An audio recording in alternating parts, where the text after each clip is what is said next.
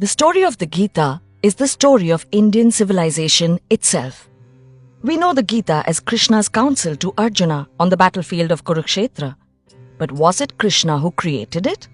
Or was it poet Vedvyas who was speaking the truth of the universe through Krishna? Does Sanjaya, who told blind King Dhritarashtra all that he saw happening in a faraway battlefield, deserve any less credit? What about all the poets and philosophers who sang, recited, wrote down or translated the Gita for people like us? This is their story, the story of the Gita. Right before the final confrontation between the Pandavas and the Kauravas, Krishna, who is the universe personified, rescues Arjuna from paralyzing doubt by giving him the essence of Vedic thought, the Bhagavath Gheetha. Vyas told the story of the Mahabharata to his disciple Vaishampayan, who told it to Romaharshan, who told it to Sauti, who told it to Shaunaka in the Naimish forest. 4,000 years ago, the rishis of Aryavarta composed the Rig Veda. In it, they praised the sun, the moon, and the planets. They paid homage to the forces that hold the universe together. In the centuries that followed, the Yajurveda spoke of rituals with which mortals might call upon the gods and praise them. After that, the Upanishads shifted the focus from the celestial to the human. Brahman, that which unites all beings, the song that vibrates and flows through all that exists, is shown to be a universal mind. Over centuries, after much debate and disagreement between monks, the Vedanta came to the people at last. The Puranas and the Ramayana and the Mahabharata were written down in Brahmi script for the first time ever. When religions of the book arrived in the subcontinent for the first time, Vedic ideas began to be retold in regional languages and scripts. Through songs and stories, Vedic ideas reached the masses. The Gita had found a new home, the Indian mind.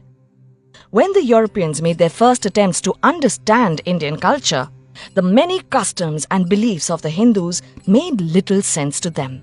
So they decided that Hindus must have one book that is the source of all their beliefs.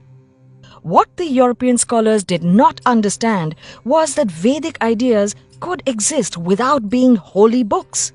They did not understand the importance of songs, stories, and rituals that travel the land, spreading the essence of Vedic thought. Also, the Bhagavad Gita is not the only Gita. The Puranas speak of the Guru Gita, Ganesh Gita, Avadhuta Gita, Ram Gita, Uddhav Gita, Vyadha Gita, and the Anu Gita. Around the time when the Roman Empire was rising in the Mediterranean, the Mahabharata was being written down in India. In a few centuries, it went from being a short tale called Jaya to being a mighty epic of 100,000 verses. And at its heart, there was the Bhagavad Gita, a book that has been called God's gift to Arjuna. Philosopher Adi Shankara saw in Gita the oneness of divinity and humanity. Ramanuj and Madhav found in the Gita the difference between the human and the divine.